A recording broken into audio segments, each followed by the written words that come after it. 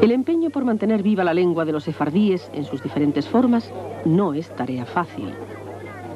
No solo está contra ello el creciente desarrollo cultural de sus países de asentamiento, antiguos y modernos, sino que además a esto se suma un profundo dilema entre los mismos sefardíes, según opina Becky Bar David.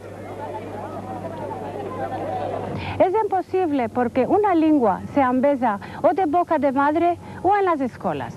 No es más posible de embezar esta lengua de boca de madre porque las madres no la conocen más.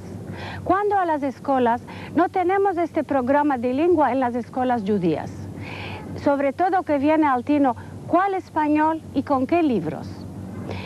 No topo que es menester de revivirla, porque ya sabemos que el judío siempre tuvo y tiene el problema de la identidad. El judío es siempre en minoridad con la religión del país donde él vive. Dunque, ¿para cuál agravar esta situación en dándole una apartación que es la lengua?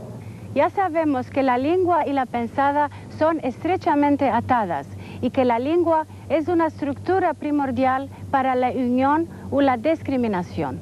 Yo pienso que el judío que vive en la diáspora debe de hablar como lengua de madre la lengua del país donde él vive.